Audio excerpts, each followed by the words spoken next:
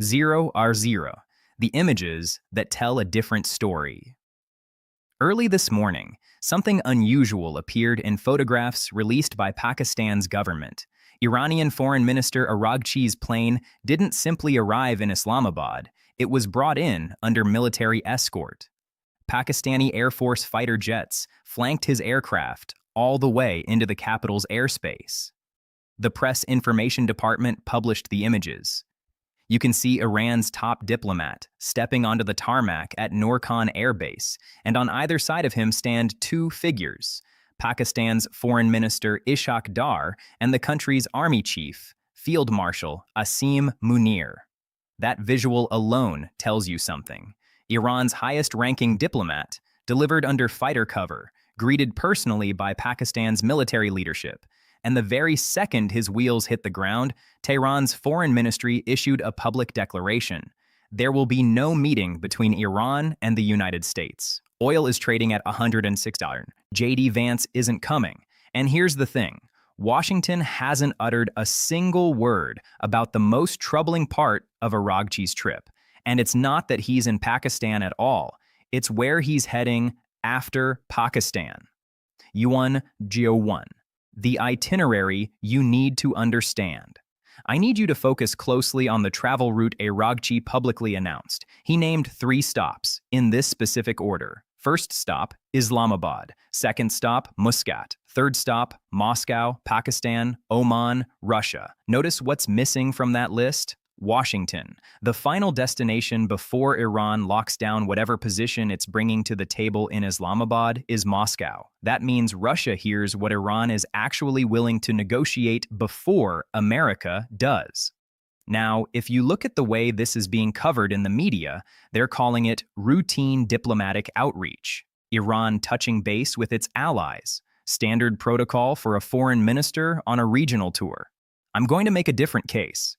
This isn't routine. The itinerary itself is the message. And here's the question that hasn't been answered in a single press briefing today. When Iran sits down in Moscow and privately shares its real terms with Russia, and Russia then adjusts its support based on what Iran genuinely needs, not what Tehran says in public statements, but what it needs in private, and then America shows up in Islamabad to negotiate against a framework that's already been calibrated around what Russia agreed to back. What exactly does Washington believe it's negotiating? One word: Russia. Not Russia as some kind of diplomatic nuisance. Russia as a structural advantage that Iran is deliberately handing to its partner before it ever sits down with its adversary. Let me break down what that advantage actually is, why it matters more than anything being said publicly in Islamabad this weekend, and what it reveals about what America is really going to walk away with from these talks. I call it the first listener advantage. And once you grasp how it operates, you'll never read an Iran negotiation headline the same way again. 245. Why the Moscow stop isn't coincidental. Let's begin with what the Moscow visit structurally represents, and why this sequence wasn't chosen randomly. Back in January 2026, Iran and Russia signed a 20-year comprehensive strategic partnership treaty. This wasn't some symbolic ceasefire memorandum. This wasn't a diplomatic courtesy document. This was a binding 2-decade agreement covering political cooperation, economic integration, security coordination, and technological exchange, specifically engineered to blunt the effects of Western sanctions by building financial and trade pathways that operate entirely outside the US dollar system. 1 month after that treaty took effect, this war began. That treaty is the structural backbone of the relationship Araghchi is now traveling to Moscow to synchronize around. And embedded within that treaty is something Washington has been unable to replicate: a consultations program signed to run from 2026 through 2028. This is unprecedented in the entire history of Iran-Russia relations. What it means is that both governments agreed, ahead of time, in a legally binding document, that their foreign ministries would consult one another on a regular basis through 2028. Not sporadically, not improvised, structurally, on a fixed schedule. That program was signed 3 months before this war started. It's active right now. And Aragchi flying to Moscow is that program being executed in real time during the single most critical diplomatic moment of the entire conflict. 416. What Russia brings to the table. CNN has confirmed what Russia contributes to these consultations. Throughout this war, Russia has been feeding Iran intelligence on the locations and movements of American forces, troops, naval vessels, aircraft. This isn't speculation. It's confirmed by multiple individuals with direct access to U.S. intelligence assessments. Russia knows where America's military assets are positioned. Russia tells Iran where those assets are. Iran uses that intelligence to shape its own military strategy. So when Aragchi lands in Moscow to coordinate on regional developments, Russia has real-time information about America's military deployments that Iran needs before it decides what proposal to hand over to Pakistan, which will then relay it to Washington. 5.3. The uranium card Russia is holding. Now layer in the uranium question. Russia has repeatedly put forward an offer to take custody of Iran's enriched uranium. They've proposed either storing it on Russian soil or reprocessing it under Russian supervision. This is a direct competing bid against America's core demand. America wants Iran's uranium removed. Russia has publicly offered to be the one who takes it. Trump reportedly turned down Putin's proposal, not because it wouldn't technically meet non-proliferation standards, but because it would hand Russia permanent control over Iran's nuclear stockpile and long-term leverage over Tehran's nuclear program. Russia taking Iran's uranium isn't a win for America. It's Russia winning the nuclear debate, while America claims the public relations win. So when Aragchi heads to Moscow, he's traveling to the one nation that has publicly placed a competing offer on the table for the single most contentious, unresolved question in the entire negotiation. Russia gets to hear, before America does, what Iran's real stance is on the uranium issue. Russia gets to fine-tune its own proposal to align with what Iran actually needs. And then America arrives in Islamabad to negotiate against an Iran-Russia uranium framework that's already been coordinated behind closed doors in Moscow. The sequence isn't routine. The sequence is how Iran guarantees that whatever it brings to the table has already been shaped by what Russia is prepared to support instead. 635. The information gap America can't close. Now here's what America doesn't know, but Russia will know after Moscow, because this is the precise intelligence asymmetry that the Moscow visit creates. Iran's negotiating stance has two distinct layers. The public layer is what Aragchi has stated in every press conference and every official ministry release. Hormuz Passage operates under Iranian sovereign authority. Uranium enrichment is a non-negotiable right. No agreement under conditions of ongoing blockade. Those are the public stances. Every American negotiator already knows them. Every Pakistani mediator has heard them dozens of times. The private layer here is entirely different. It's the actual flexibility Iran possesses. The specific points where Tehran would accept less than its public demands in exchange for something that fundamentally shifts its strategic position. What security guarantees for the regime is Iran genuinely prepared to accept? What uranium timeline would Iran agree to if Russia managed the storage instead of Washington controlling it? What phrasing around Hormuz access would allow Iran to maintain its sovereignty claims while permitting commercial traffic to move through without vessel-by-vessel IRGC clearance? Those private positions exist. Every negotiation has them. And whichever country hears them first gains a structural edge over whichever country hears them second. Russia hears Iran's private positions in Moscow before Brian Hook and Jared Kushner touchdown in Islamabad. Russia then knows what Iran will actually accept, the real bottom line of Iran's flexibility, and can adjust its own diplomatic stance accordingly.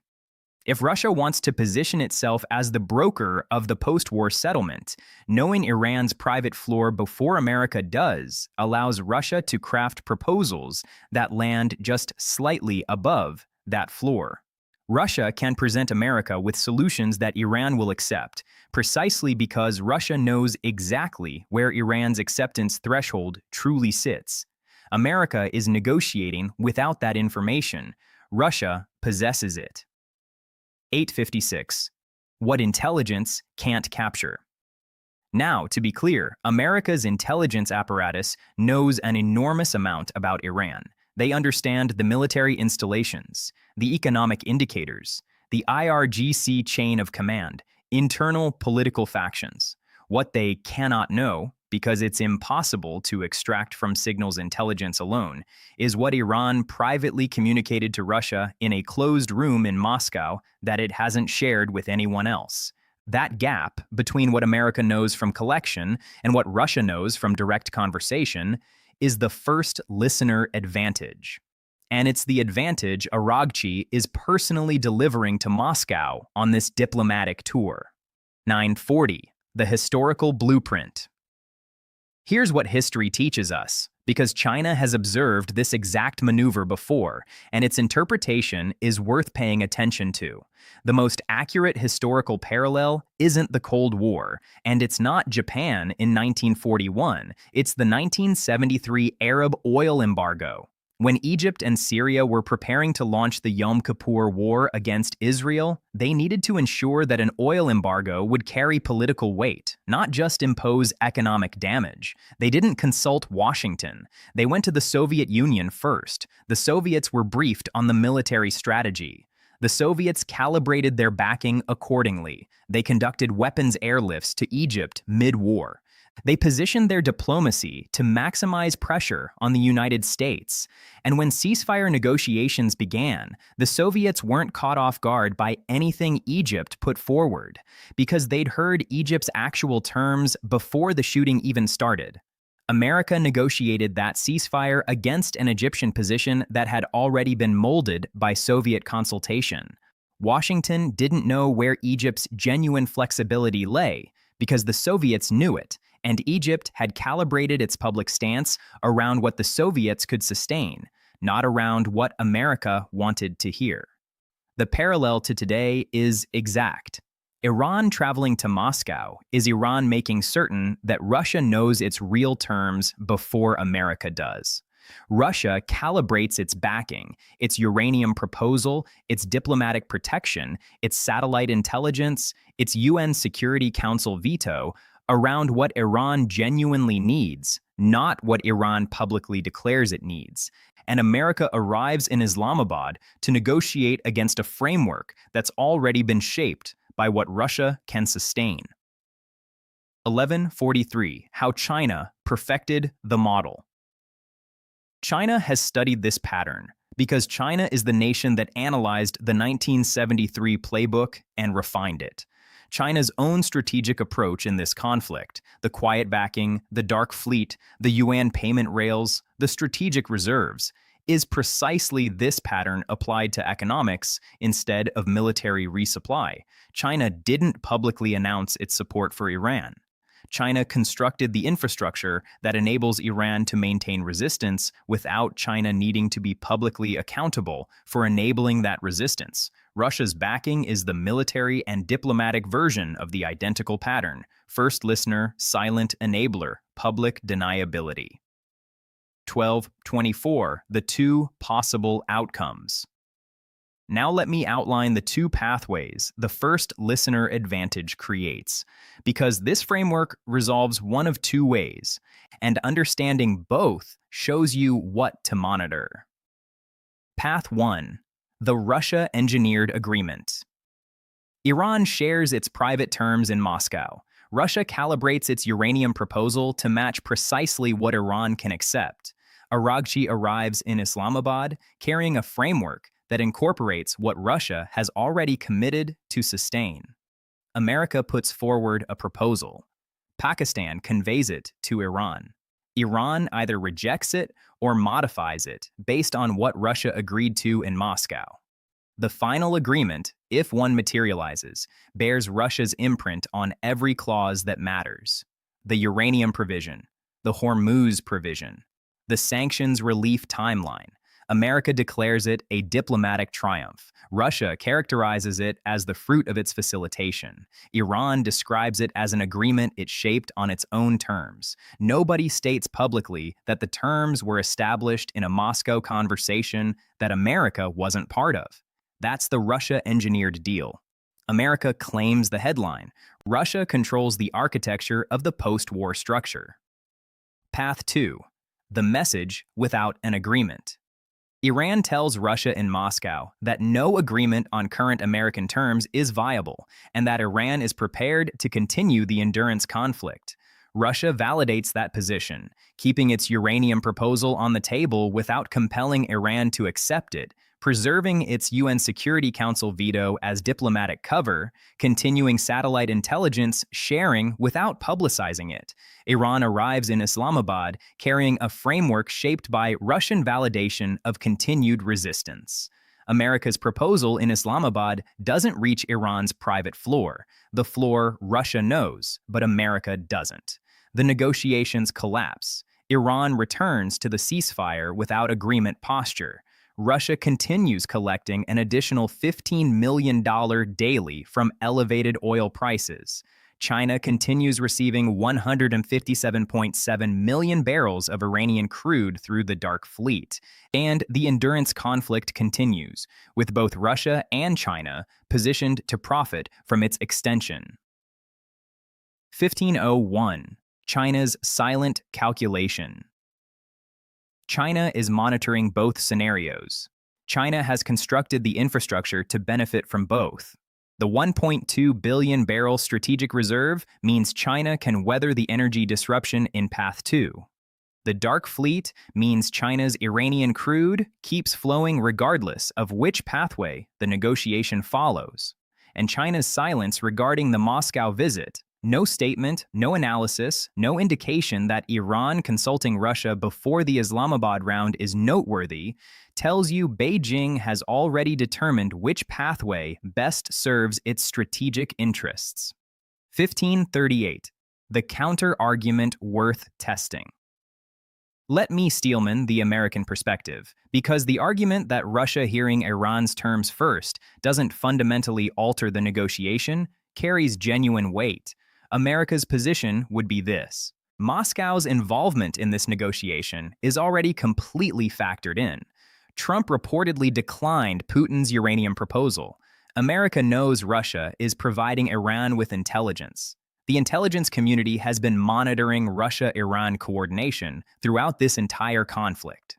America isn't walking into Islamabad oblivious to Russia's participation, and the specific positions Russia holds, backing for Iran's enrichment rights, opposition to American demands on the nuclear issue, are publicly documented. Russia has stated them. Lavrov has stated them.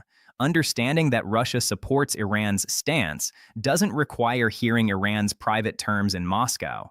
America can project what Russia will sustain based on what Russia has already stated publicly. The steelman also contends that Iran consulting Russia before America isn't novel.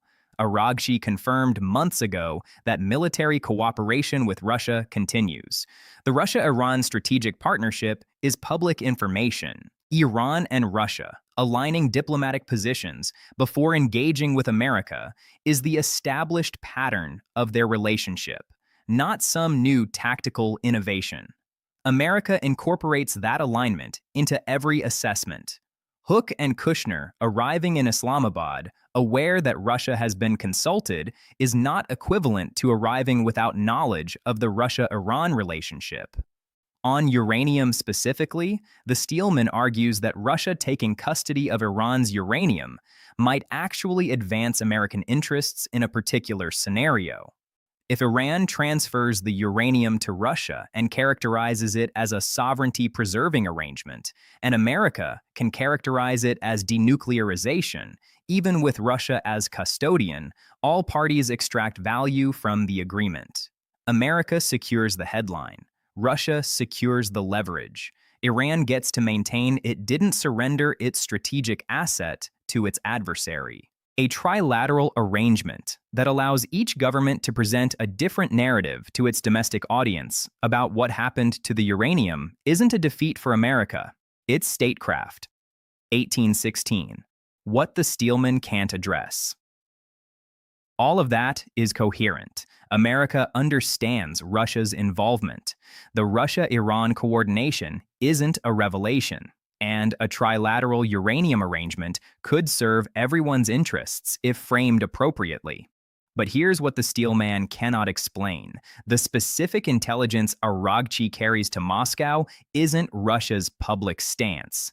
It's Iran's private stance. The genuine floor of flexibility that Iran hasn't disclosed to Pakistan, hasn't disclosed to Oman, and won't disclose to America's negotiating team. Russia doesn't need to inform America what it learned. Russia simply needs to utilize what it learned to calibrate its own proposal before America presents its proposal. The information asymmetry functions without Russia ever revealing it. America cannot project what Russia will sustain based on public declarations, because Russia's determination of what to sustain will be grounded in private intelligence America doesn't possess. That gap is real. It's structural, and it expands with every hour that elapses between when Aragchi touches down in Moscow and when Hook touches down in Islamabad. 1931, 3 critical indicators. As Aragchi's diplomatic tour progresses, monitor 3 specific elements. First, the Russia-Iran joint communiqué. Joint communiques between foreign ministers are drafted beforehand and negotiated between delegations prior to publication. The language that appears in the final document reveals what both parties agreed to formalize. Watch particularly for any language addressing uranium management, Hormuz navigation rights, or the framework for a post-conflict settlement. If the Russia-Iran joint communiqué following Moscow contains specific language on any of those 3 subjects that wasn't present in previous Russia-Iran communications, Aragchi delivered something new to Moscow, and Russia committed to publicly backing it.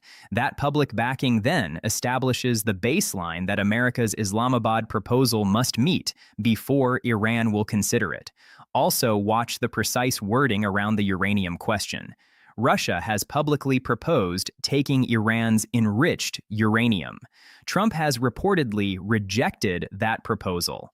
If the Moscow joint communiqué includes language affirming that Russia's proposal remains active and that Iran views it as a workable arrangement, Russia and Iran have publicly synchronized their position on the core unresolved issue before America's delegation arrives in Islamabad.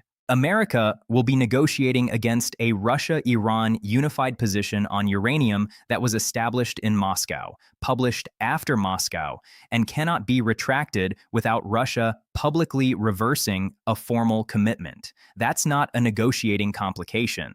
That's Russia establishing the parameters of what America can achieve before the negotiations even begin. Second, whether Washington names the Moscow visit. Monitor whether Trump or any senior American official specifically identifies the Moscow visit in any public statement before or during the Islamabad negotiations. America identified China on CNBC when the weapons shipment was intercepted. America has not publicly identified Russia's intelligence sharing. If America doesn't identify Aragchi's Moscow visit as a complicating variable in the Islamabad negotiations, if no State Department briefing, no White House release, no Rubio press conference addresses what Russia learns in Moscow and what that means for the American position, that's America determining the Moscow First problem cannot be publicly named without triggering a confrontation with Russia that America cannot handle before the May 14th summit with China and Putin's scheduled visit to Beijing in the same time frame. America absorbs the information asymmetry instead of confronting it. Third, The uranium language in whatever framework emerges. If the uranium resolution incorporates Russia as custodian, America has accepted the Russia First architecture, even if America doesn't acknowledge it. Russia, hearing Iran's terms, first produced a Russia-shaped uranium resolution. America, characterizing that resolution as a victory, is America describing the result without identifying what generated it. Watch for any reference to third-party uranium custody in the Islamabad framework. If Russia is designated as the custodian, the first listener advantage has achieved its objective. Russia shaped the core outcome of the negotiation without launching a single strike, without investing a single dollar, and without appearing in any American press briefing as an influence on the agreement's design. 2319. The question the briefings aren't asking. Challenge this if you interpret it differently. Read Aragchi's actual statement on X, the sequence he outlined, the purpose he articulated, the phrase, "our neighbors are our priority," and consider which neighbor America represents in that framework.